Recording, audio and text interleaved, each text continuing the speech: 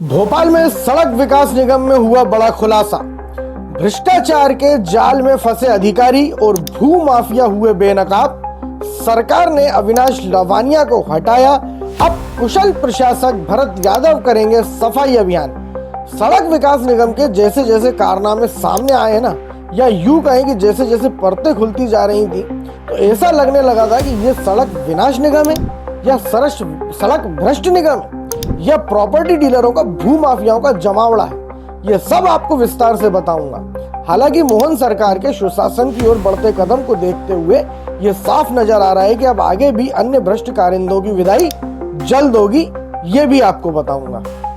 लेकिन उसके पहले नमस्कार, मैं आपके साथ संदेश नेमा और आप देख रहे हैं खबर समय जगत। सड़क विकास निगम में कारिंदों की बेलगाम करतूतों को समय जगत समूह ने सरकार को ध्यान दिलाया, संज्ञान में लाया, जिस पर सरकार ने गंभीरता से संज्ञान लिया और विवादों से घिरे प्रबंध संचालक अविनाश लवानिया की विदाई हुई।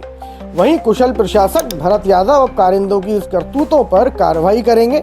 दरअसल सड़क विकास निगम भ्रष्टाचारी भू माफियाओं का अड्डा बन गया था। इस विभाग के कारिंदों ने इसे सड़क विकास निगम नहीं, सड़क विनाश निगम बना दिया था भाई। इतना ही नहीं, अभी और सुनिए, इस निगम के कारिंदों के भ्रष्टाचार की लिस्ट इतनी लंबी है ना बॉस, सुनते जाइए। यहाँ पहले बेवजह बनाते थे सड़कों का प्लान, फिर चलता था जमीन खरीदो अभियान। तकनीकी सलाहकार तत्कालीन अखिलेश अग्रवाल के पुत्र सगे संबंधियों के नाम जमीन भी निकली है। वहीं अन्य भू माफियाओं की भी अनेकों जमीन है। अविनाश लवानिया के साथ अन्य को भी सरकार ने निगम से बाहर किया है। और तो और सुना है, साथ ही अखिलेश अग्रवाल के लिए भी निगम के दरवाजे हमेशा के लिए बंद हो गए हैं बॉस।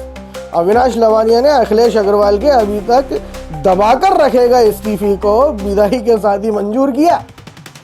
दरअसल इस पूरे मामले को समय जगत अखबार में प्रमुखता से प्रकाशित किया गया था और हमारे पूर्व के वीडियो में भी आपको पूरा भ्रष्टाचार और इन भ्रष्ट कारिंदों की करतूतों के बारे में बता चुके हैं। समय जगत की पहल रंग लाई है, लेकिन सवाल ये उठता है कि आखिर क्यों अविनाश लवानिया अखिलेश अग्रवाल को रखने को मजबूर थे।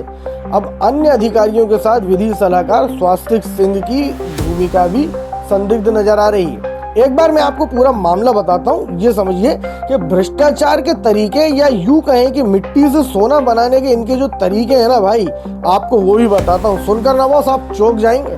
भ्रष्टाचार के प्रति जीरो टॉलरेंस और सुशासन के प्रति संकल्पित मुख्यमंत्री डॉक्टर मोहन यादव ने इतनी बड़ी कार्रवाई क्यों की, ये भी जानिए। अभी हाल ही में भोपाल वेस्टर्न बाईपास को लेकर दैनिक समय जगत में प्रकाशित तीनों खबरों को यदि संज्ञान में लिया जाए तो चौंकाने वाली बात यह है कि ऐसा लगता है भोपाल बाईपास बनने के पहले ही निगम के अधिकारी ही भू माफिया बन गए और नामी बेनामी संपत्तियां जमकर खरीदी। उसमें सबसे बड़े आश्चर्य की बात यह है कि निगम के संविदा तकनीकी सलाहकार, जिनको सर्वाधिक रोड के अलाइनमेंट की जानकारी रहती है, उनके द्वारा अपने पुत्र कानू अग्रवाल और सगे संबंधियों के नाम से रोड पर जमीन खरीदी गई। वहीं जब इनका भी मत जाना गया तो इन्होंने, जानते हैं, अब सफेद झूठ बोला कि मेरे परिवार और सगे संबंधियों के नाम कोई भूमि नहीं है, हमने खरीदी ही नहीं भाई। इसके बाद हमने फिर प्रतिप्रश्न किया, सारी जब जानकारी हमने एकत्रित की और लगा कि हाँ है, तो हमने इनसे प्रतिप्रश्न किया, जिसका आज तक जवाब नहीं दे पा रहे हैं। अरे उत्तर नहीं खोज पा रहा है बॉस।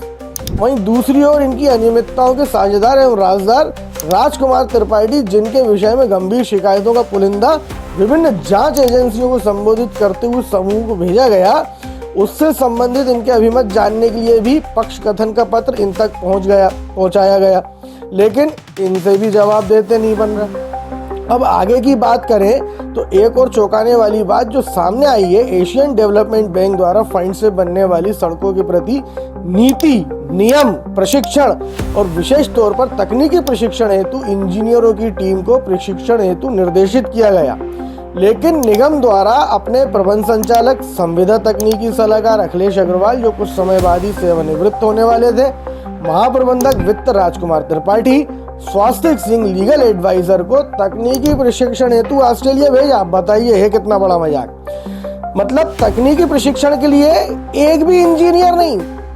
अभी और सुनिए, सुनते जाइए। तकनीकी के नाम पर केवल एकमात्र संविदा तकनीकी सलाहकार अखिलेश अग्रवाल, जिनकी नियुक्ति ही पूर्णतः संदेह के घेरे में थी, या यूं कहें कि अवैध रूप से की गई थी। जिनकी संविदा अवधि भी मात्र कुछ माह की बची थी। इसके बाद भी इंजीनियर के नाम पर तकनीकी सलाहकार अखिलेश अग्रवाल को भेजा गया। इसका मतलब है कि निगम में तकनीकी प्रशिक्षण के नाम पर अपात्र तकनीकी सलाहकार के अलावा कोई और पात्र नहीं है। अब ये तकनीकी सलाहकार अब निगम से त्यागपत्र दे चुके हैं। तो प्रशिक्षण के नाम पर इन पर किया गया व्यय निष्फल हुआ कि नहीं? इंजीनियर के तकनीकी प्रशिक्षण के नाम पर शेष गैर तकनीकी अधिकारियों पर किया गया व्यय भी निष्फल हो गया। इसकी जवाबदारी जिम्मेदारी किसकी होगी? यह तो एडीबी तय करेगा या निगम और शासन तय करेगा। मौज मस्ती में खर्च किए गए 60 लाख रुपए का अपव्यय एवं निष्फल व्यय का जिम्मेदार कौन होगा? इतनी महत्वपूर्ण परियोजना के कार्यों पर अब जो तकनीकी मार्गदर्शन करेंगे वे सब प्रशिक्षण विहीन। जो तकनीकी प्रशिक्षित नहीं है, इन अधिकारियों को तकनीकी प्रशिक्षण के नाम पर अरे मौज मस्ती करना ही थी तो कर लेते भैया, लेकिन कुछ इंजीनियरों को तो प्रशिक्षित करवा देते।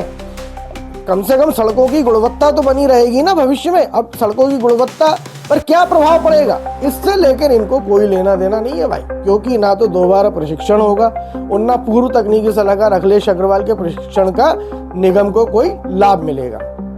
आरटीआई एवं अन्य शिकायत सूत्रों के माध्यम से भी घपले घोटाले उजागर होने की संभावना है, क्योंकि सारे गबन घोटालों को दबाकर बैठे तकनीकी प्रबंध संचालक अविनाश लवानिया हालांकि मोहन सरकार के सुशासन की ओर बढ़ते कदम को देखते हुए अब यह साफ नजर आ रहा है कि अब आगे भी अन्य भ्रष्ट कारिंदों की विदाई जल्द होगी।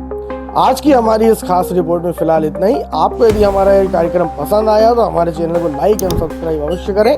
साथ ही ऐसी ही रोचक खबरों के लिए देखते रहिए खबर समय जगत। नमस्कार।